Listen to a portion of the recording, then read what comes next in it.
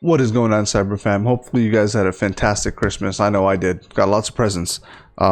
Anyway, so I was just quickly reading something like an older article on Bloomberg, I think it was, and I'll post a link in the description.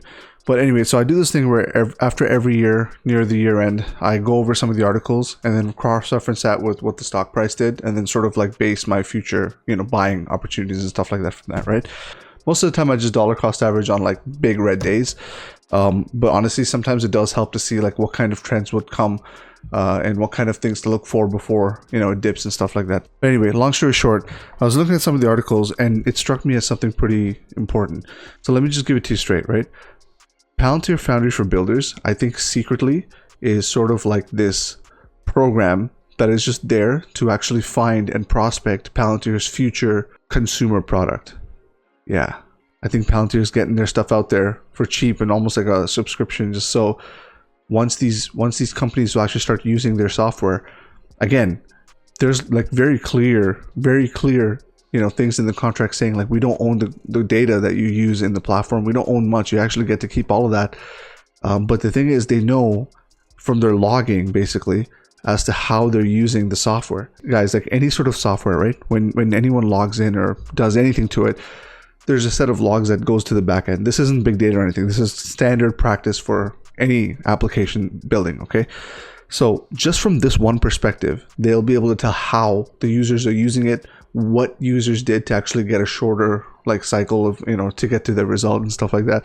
So they can tweak it like this. This is all user experience guided from, logging and stuff like that, right? Now, there's the data side as well, which is they know like the inference models are actually going and giving these guys specific types of data, it's leading them in a specific direction, and they know how that happens. So they're basically, they have the ability to take a look at that. They don't want your data. They just want to see how you're using their platform to see how you're making sense of your own data, right? That's the key here. I listed that in a video. I'll post that over here. But anyway, long story short, I think, this is a P2T company, right? So the final goal is to get some sort of consumer product.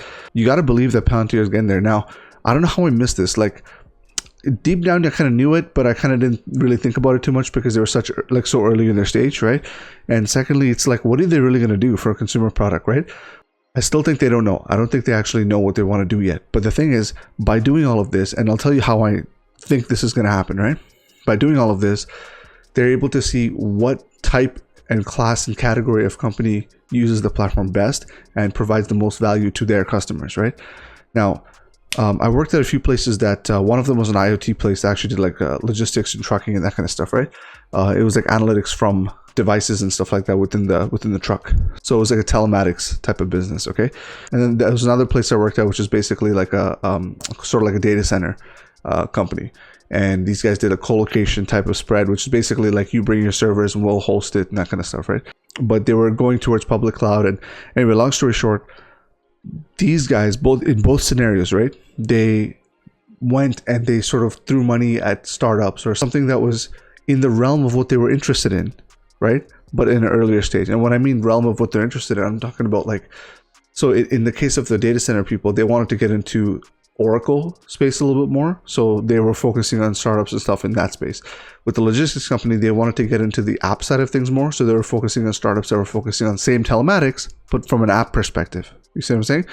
So they got us in, like a lot of, like including myself, they got us dev teams in there, and they're like, oh, why don't you guys collab with them? We had a hackathon and a bunch of other like random garbage, and basically all that was we got to meet their devs, we got to meet their team leads, we got to find out what their structure was like. It's like really weird, almost like espionage, right? But the thing is, at the end of the day, what ended up happening was over the span of 6 months, once they were able to prove a product, or once they were able to get to a certain point, like, hit milestones that they set out for themselves, or that partnership was set out, they went and acquired them.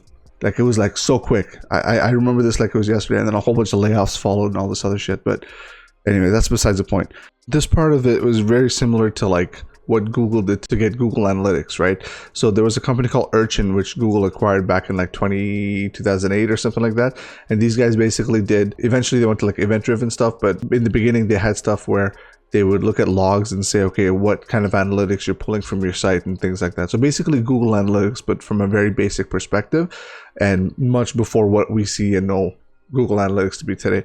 So Google did have this product already, but Urchin was actually a much sort of stronger product and more established. So they just went ahead and acquired them all together. And now, you know, the rest is history, so to speak. But yeah, I think truly and truly enough, the reason for this is mainly for two reasons, right? One, they want to know how companies are going to use Foundry. Foundry is a very budding product. It's got a lot in it, and it's got a lot to compete with other folks as well, for sure. There are things in Foundry that could potentially lead in the future to something that's much, much bigger than what it actually provides at the moment, right?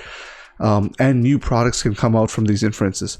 So they're almost building their SaaS base from this stuff. And I just don't know how I didn't see this stuff from before. It's like almost staring me dead in the face. And I looked everywhere and I can't find anyone else that's talking about this. Maybe I'm stupid. What do you guys think? You let me know in the comment section below. But I just wanted to get that to you guys out there. I think it's really, really important. I'm pretty sure I didn't miss anything, but that's going to change my perspective. My itchy fingers are getting a little itchier. So I think I'm going to take a position. I'm going to go back on my video that I posted a few weeks ago. I'm going to take a position. I'm going to sleep on it for a day. And if I still feel like it's this strong based on this video, I'm just going to buy as much as I can. So I have about 30%, or sorry, 20. I have about 25% set aside. I might spend at least 40 to 50% of that 25% and just buy this dip like crazy, man. I already bought a little bit into my Tesla, so Palantir's left, and I don't know. I think I'm a buyer in this market, so I don't know. Let me know what you guys think, man. Hit me up in the comment section below. Let's have a conversation. That's it for me. Peace.